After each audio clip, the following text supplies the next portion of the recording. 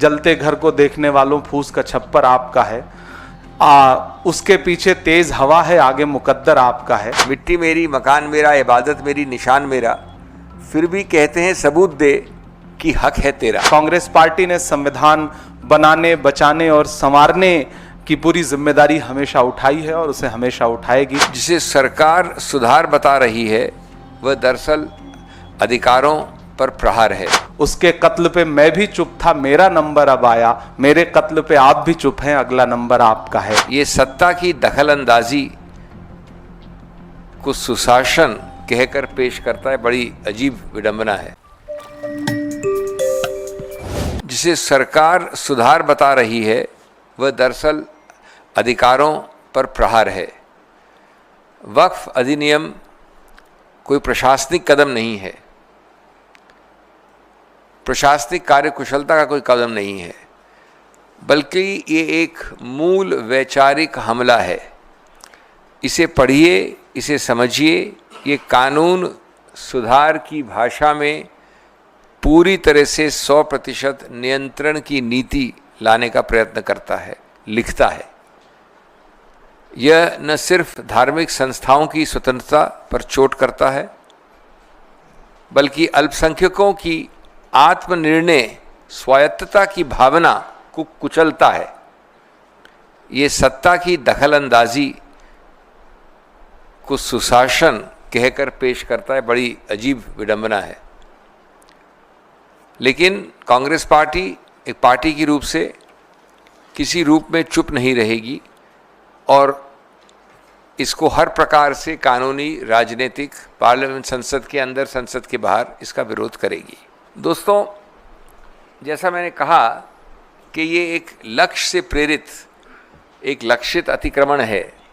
मैं किसी कारण से, द्वेष से, प्यार से, गुस्से में, कैसे भी इनके बारे में और इनके वक्त बारे में आरोप कर देता हूँ। एक बड़ी विस्तार से एक चिट्ठी लिख के कलेक्टर को भेज देता हूँ। कलेक्टर, जो कि पूरी तरह से सरकार का नुमाइंदा है, किसी भी कारण से उसको एक डिस्प्यूट करार कर देता है। विवाद शब्द इस्तेमाल है, विवाद। उसको कोई कारण देने की जरूरत नहीं है कि ये कितनी हास्यास्पद है, विवाद, ये हो ही नहीं सकता इत्यादि। उसने उसको डिस्प्यूट करार किया। जैसे ही वो डिस्प्यूट करता है तो 3 प्रावधान आ जाते हैं, अजीबोगरीब प्रावधान। पहला प्रावधान कि जब तक वो कलेक्टर जो 100% सरकार का नुमाइंदा है वो उस विवाद को निर्णित नहीं करे, तब तक ये पक्ष जो मिस्टर इमरान प्रतापगढ़ी का है वो वक्फ नहीं माना जाएगा। वक्फ, वर्ड्स एग्जैक्ट पढ़ दूं मैं आपको, shall not be treated as waqf property. जब तक कब? जब तक मैं कलेक्टर निर्णित कर रहा हूं। और याद रहे, कलेक्टर सिर्फ नुमाइंदा सरकार का नहीं है। बहुत सारे ऐसे विवाद हैं जहां पर सरकार ने ही वक्फ की ज़मीन पे इंक्रोचमेंट कर दिया है। इनका कहना है कि आप मेरी ज़मीन पे बैठे हो, उसी को विवाद बना के तब तक ये कंप्लेनेंट हैं तो भी इन्हीं के विवाद के आधार पे इन्हीं की वक्फ प्रॉपर्टी नहीं में रहेगी जब तक विवाद नहीं निर्णित होगा। ये आपको विश्वास है तो आप उठा के पढ़ लीजिए। इसमें 3C कैपिटल 2 ब्रैकेट प्रोवाइजो। अब इसके 2 और परिणाम हैं। दूसरा परिणाम है कि अगर आप विवाद के अंदर हो तो अगर चाहे भी मिस्टर प्रतापगढ़ी तो भी जाकर इसको रजिस्टर नहीं करवा सकते, क्योंकि विवादित है। तो रजिस्ट्रेशन प्रतिबंधित है। जो ये एक्ट चाहता है कि रजिस्टर हो, लेकिन साथ साथ दूसरे आवाज में कहता है कि जब तक ये विवाद तब तक रजिस्टर नहीं कर सकते, कोई रजिस्टर करेगा नहीं। और तीसरा, जब तक आप रजिस्टर नहीं करेंगे तो आप किसी कोर्ट कचहरी नहीं जा सकते। यह है 36 ब्रैकेट 7A ब्रैकेट 10। 2 है प्रावधान। अब देखिए, ये चक्रव्यूह जो बनाया है, ये पूरा चक्रव्यूह है। इस चक्रव्यूह में बड़े से बड़ा योद्धा अभिमन्यु भी नहीं निकल सकता पहले तो। और उससे ऊपर मजाकिया है कि कलेक्टर को कोई समय सीमा नहीं जब तक विवाद निर्णित करे। तो इनके बच्चे और पोते भी उसको विवाद में तब तक वो वक्फ नहीं रहेगा। और विवाद का वक्फ नहीं रहेगा तो रजिस्टर नहीं होगा, रजिस्टर नहीं होगा तो कोर्ट नहीं जा सकते।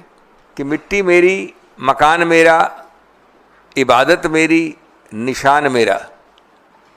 मिट्टी मेरी, मकान मेरा, इबादत मेरी, निशान मेरा, फिर भी कहते हैं सबूत दे कि हक है तेरा। तो ये जो विपरीत रूप से ये बदलता है पूरा सिस्टम, ये बहुत आपत्तिजनक है। ये सिर्फ मामले को मुसलमान या अल्पसंख्यक की नज़र से देखना सही नहीं होगा। ये मामला निश्चित रूप से उनके संबंध का है, लेकिन ये संविधान की आत्मा का सवाल है सर्वोपरि रूप से। अगर आज एक समुदाय के धार्मिक संस्थानों पर कब्जा हो सकता है, तो कल हर अल्पसंख्यक संस्था खतरे में होगी। ये विधेयक संविधान की बराबरी की भावना को पर आक्रमण करता है और ये धार्मिक स्वतंत्रता को सरकारी मंजूरी से जोड़ने की कोशिश करता है। आपकी संवैधानिक स्वतंत्रता, आपकी धार्मिक स्वतंत्रता मेरी प्रशासनिक या सरकारी मजबूरी पर निर्भर है। अगर हम आज नहीं बोलेंगे तो कल बोलने का हक शायद हम सबसे भी छिन जाएगा। और ये लड़ाई केवल एक कानून की नहीं, एक सोच के विरुद्ध है। अधिकारों को, रियायत और पहचान को शक समझती है।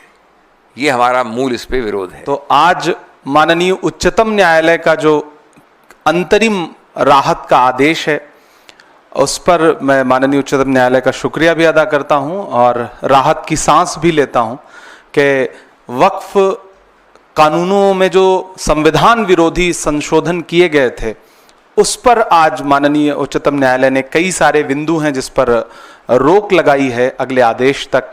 तो जेपीसी में जो सुझाव विपक्ष के तमाम सांसदों ने दिए थे, जिसे नकार दिया गया था, संसद में बहस के दौरान लोकसभा और राज्यसभा में जो सुझाव विपक्ष के सांसदों ने अपने डिबेट के दौरान रखे थे, जिनको नकार दिया गया था, सरकार ने बिल्कुल नहीं सुना था, उन तमाम पहलुओं को लेकर के कई सारे याचिकाकर्ता जो माननीय उच्चतम न्यायालय की चौखट तक गए।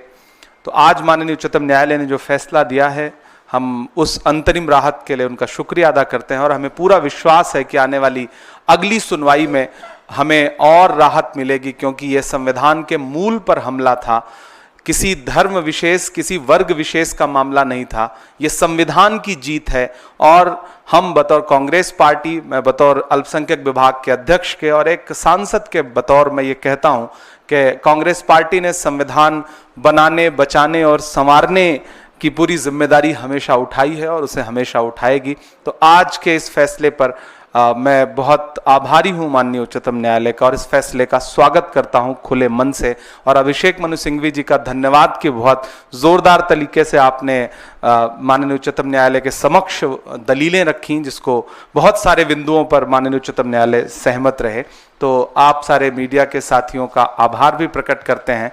ये मसला किसी एक वर्ग विशेष का नहीं है। जलते घर को देखने वालों फूस का छप्पर आपका है, उसके पीछे तेज हवा है, आगे मुकद्दर आपका है। उसके कत्ल पे मैं भी चुप था, मेरा नंबर अब आया, मेरे कत्ल पे आप भी चुप हैं, अगला नंबर आपका है। तो एक एक करके संविधान को कुचलने की हर सरकारी कोशिश के खिलाफ इस देश के हर नागरिक को खड़ा होना पड़ेगा। बहुत बहुत धन्यवाद।